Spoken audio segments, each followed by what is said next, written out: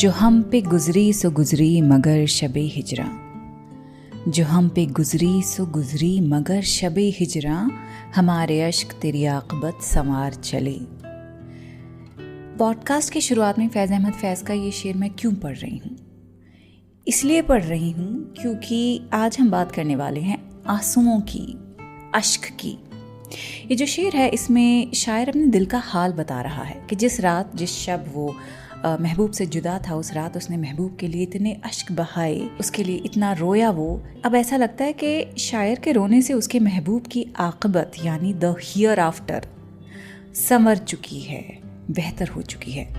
हमारी डीड्स यानी अमल की बिना पर रिवॉर्ड और पनिशमेंट का फैसला यानी द डे ऑफ जजमेंट, उसे कहते हैं आखिरत। और आक़िबत वही हियर आफ्टर है जिसमें हमारे अमाल का फैसला किया जाएगा, उसका आउटकम क्या होगा वो पता लगेगा। हियर आफ्टर का ये एक तसव्वुर है।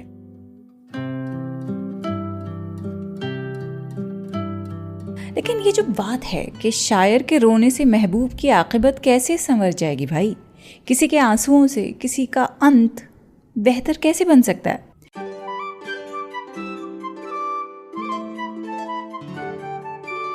द क्विंट पर शुरू हो चुका है उर्दू नामा। मेरा नाम है फबीहा सैयद। आज बात हो रही है अश्क की यानी कि आंसू की, टीयर्स की। फैज़ अहमद फैज़ की जो आइकॉनिक गज़ल का शेर मैं आपको सुना रही थी कि जो हम पे गुजरी सो गुजरी मगर शबे हिजरा, हमारे अश्क तेरी आक़िबत संवार चले। Whatever pain I endured has happened, but on the night of separation, our tears have gone on to shape your hereafter. होता ये कि जब कोई मरता है तो वो चला जाता है हमेशा के लिए, लेकिन जो उसके पीछे रह जाते हैं लोग, जो वो छोड़ जाता है अपने पीछे यानी कि उसके लव्ड वंस, उन पर सदमे का पहाड़ टूट जाता है। अब ऐसे में वो मरने वाले की जो याद है उसमें रोते हुए क्या करेंगे? उसकी तारीफ़ करेंगे, उसकी अच्छी बातें याद करेंगे, अगर कोई लेगेसी छोड़ के गया है तो उसे बरकरार रखने की कोशिश करेंगे, या फिर उसे दुआएं देंगे, उसके लिए दुआ करेंगे। So people often pray for their deceased loved ones, hoping to benefit them in the afterlife. तो ये जो शेर है ये इस बात को बड़ी खूबसूरती से बता रहा है कि love and suffering यानी मोहब्बत और अज़ियत carry a profound weight. उसका मैग्नीट्यूड इतना होता है कि अगर डिवोशन है सच्ची तो it can even affect the beloved's fate in the hereafter. How beautiful. फिर से पढ़ें। जो हम पे गुजरी सो गुजरी मगर शबे हिजरा, हमारे अश्क तेरी आक़िबत संवार चले। चले भी आओ कि गुलशन का कारोबार चले, गुलों में रंग भरे बादे नौबहार चले। आज इस एपिसोड में अश्क की हम बात कर रहे हैं। आंसू होता क्या है? आंसू यानी टीयर्स कई तरह के होते हैं। जब आंख में धूल चली जाए या मिर्च के भोरे चले जाएं तब आंसू निकलते हैं। प्याज काटेंगे तब भी रोना निकलेगा। ओ बाय द वे, रोना निकलेगा कुछ नहीं होता है, हाँ, ऐसे ही मज़े में फ्लो में बोल दिया है मैंने, लेकिन ये गलत फ्रेज़ है। रोना निकलना इज़ नथिंग। रोना निकलेगा की जगह बोलिए कि रोना आएगा, आंसू निकलेगा।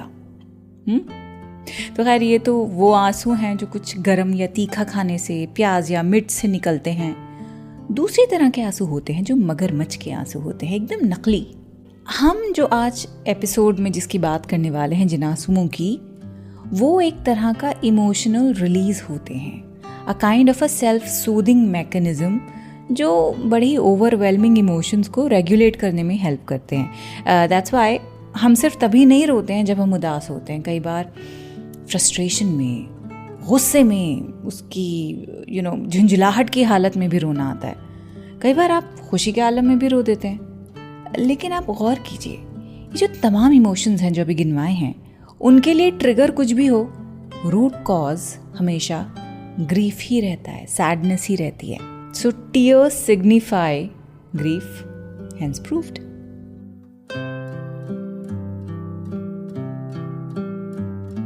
अच्छा, कुछ लोग ऐसे भी होते हैं जो बिल्कुल ऐसी चुटकी बजाते ही रो पड़ते हैं। कुछ लोग ऐसे होते हैं उन्हें रोना ही नहीं आता है, जैसे कि मैं अपनी रुखसती तक पे नहीं रोई हूँ मैं, आप बताइए। ऐसा भी होता है कहीं?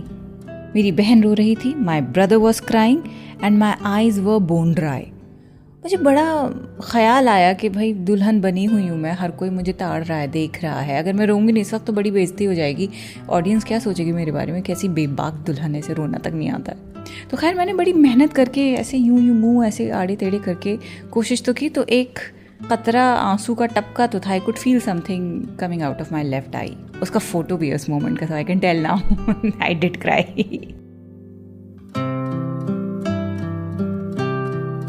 खैर अब आगे बढ़ते हैं और आपको सुनाएंगे वसीम बरेलवी का एक शेर कि वैसे तो एक आंसू ही बहाकर मुझे ले जाए, गौर कीजिए, वैसे तो एक आंसू ही बहाकर मुझे ले जाए, ऐसे कोई तूफान हिला भी नहीं सकता। वाह!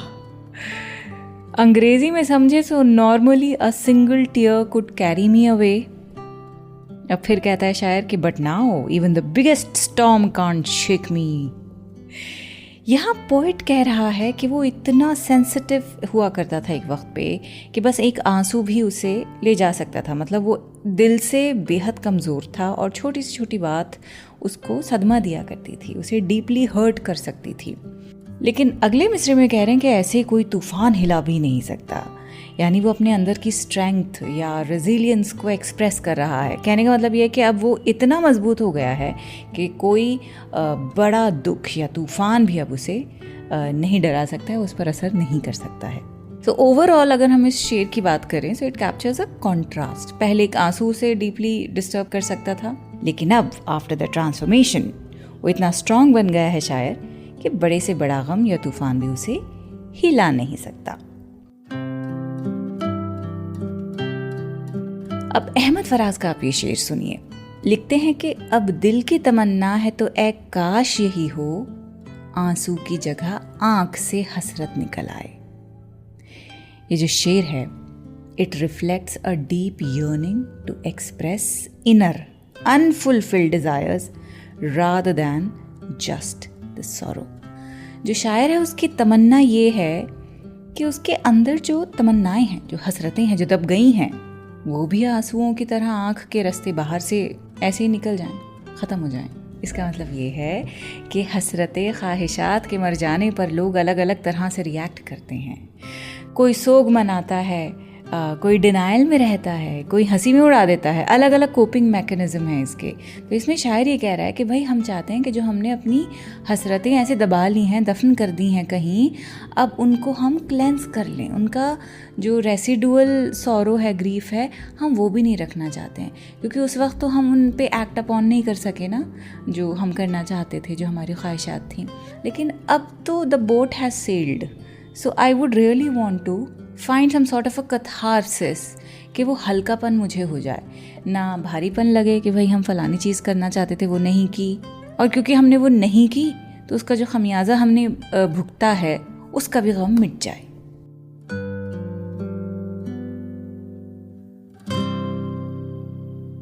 नुमान शौक की एक बहुत खूबसूरत नज़्म है जिसका नाम है कैथारसिस। ख्वाहिशात के ऊपर ही है, आसान ज़बान में है, समझाने के लिए बीच में रुकूंगी नहीं, तो गौर से सुनिए। लिखते हैं,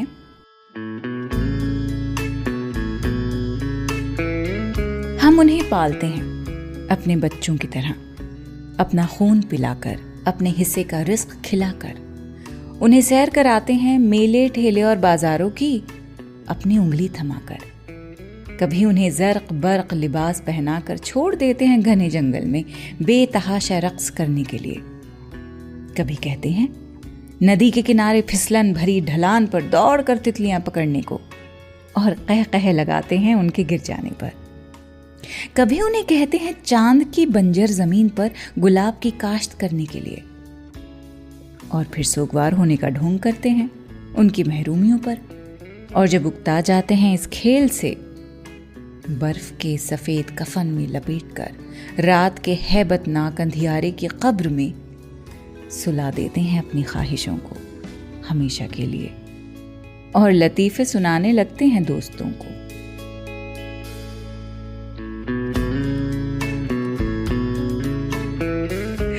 अब आ गए हैं पॉडकास्ट के आखिर में और आपको सुनाएंगे फ़ानी बदायूनी का ये शेर कि आंसू थे सो खुश्क हुए, जी है कि उमड़ा आता है। आंसू थे सो खुश्क हुए, जी है कि उमड़ा आता है, दिल पे घटा सी छाई है, खुलती है ना बरसती है। तो फ़ानी इसमें कह रहे हैं कि the tears that were there have dried up, yet there is a profound sense of sadness. आंसू थे सो खुश्क हुए, जी है कि उमड़ा आता है। इस मिसरे में शायर कह रहा है कि जो आंसू थे वो अब खुश्क हो गए हैं, लेकिन खुश्की का मतलब ये नहीं कि गम नहीं है। अगर कोई रो नहीं रहा इसका मतलब ये नहीं है कि वो गमज़दा नहीं है। अगला मिसरा, दिल पे घटा सी छाई है, खुलती है न बरसती है। There's a cloud of sorrow over the heart, it neither lifts nor rains। यहाँ शायर अपने दिल की हालत बयान कर रहा है कि दिल पर एक ऐसा साया है जैसे कोई अंधेरा बादल हो, जो ना छटता है और ना ही बरसता है। तो एक persistent sorrow की इसमें बात हो रही है, that remains even when tears have dried up। और इसके बाद जो heaviness है grief की, that lingers in the heart। कई बार ऐसा होता है, आंख से कुछ नहीं निकल रहा है, दिल भारी हुए चला जा रहा है, आपको पता नहीं कि किस ज़बान में आप अपनी हालत बयान करें। तो ऐसे में क्या करें? जवाब तो मेरे पास भी नहीं है। तो रोना है रो लीजिए, हंसना है हंस लीजिए, जो करना है करिए, हल्के रहिए, खुश रहिए। अगले हफ्ते मुलाकात होती है, अपना ख्याल रखिएगा, ठीक है? खुदा हाफिज।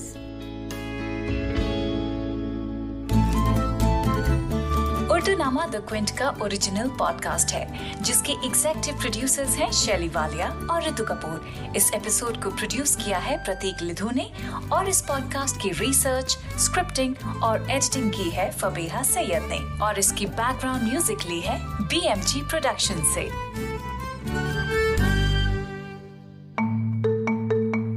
आप सुन रहे थे द क्विंट का पॉडकास्ट।